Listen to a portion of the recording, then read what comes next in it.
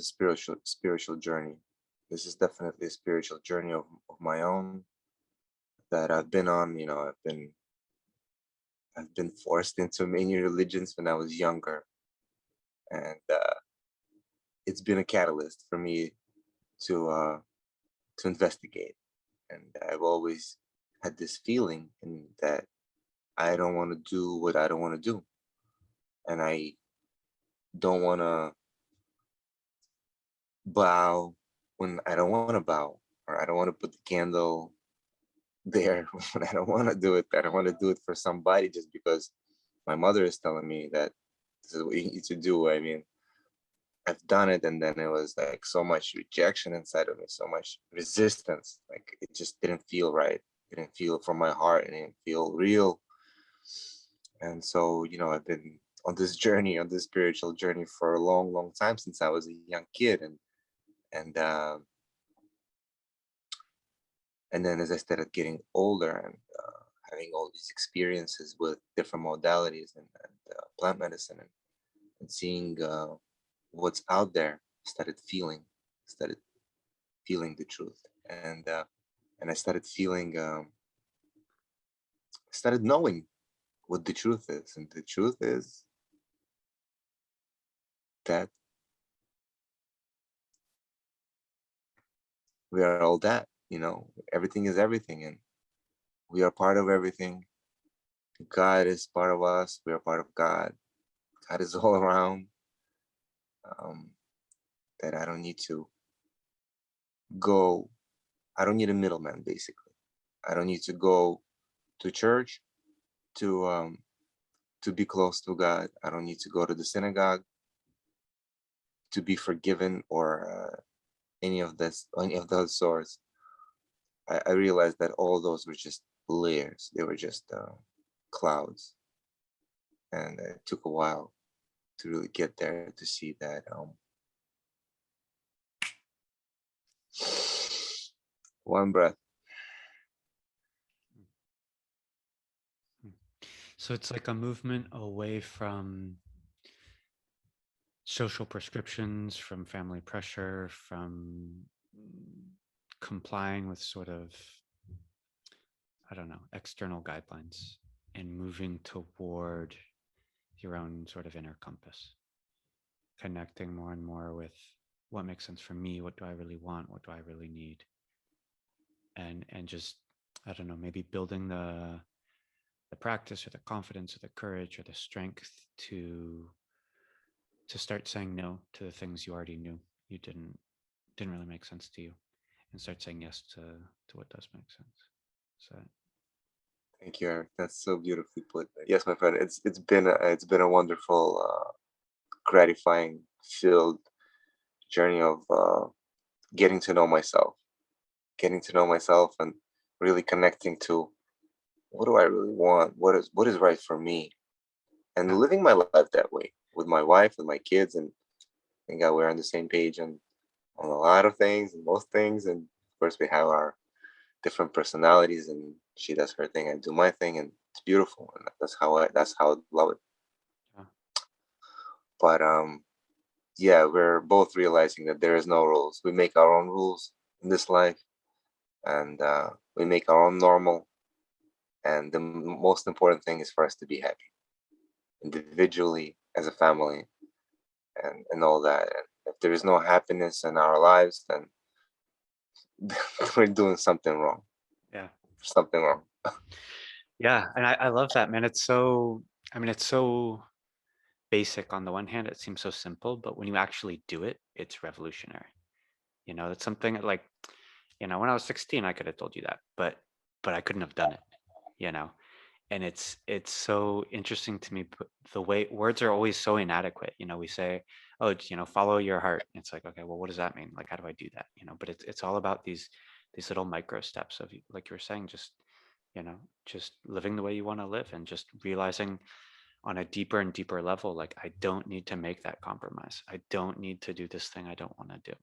And the more I listen to myself and follow what I need, the more other paths I'm going to open up. And the more people are going to see that, they're going to, come to me.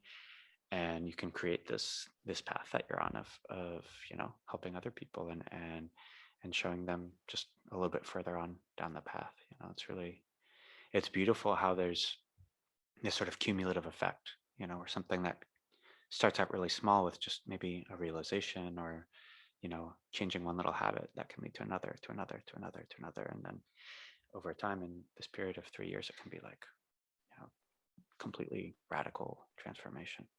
It's beautiful, beautiful. Yeah, it is. And, to touch up on a little bit on following my heart, the signs are always there for us.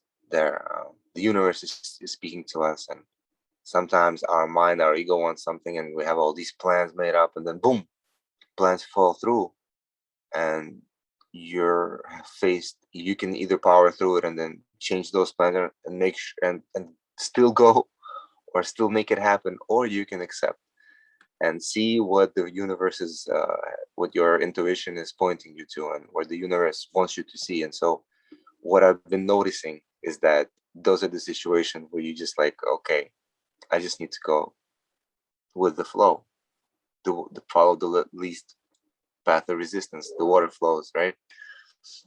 And then these beautiful things happen, and these connections with people, and then I'm like, aha, okay, so that's what I should have been doing all these years. Yeah, yeah.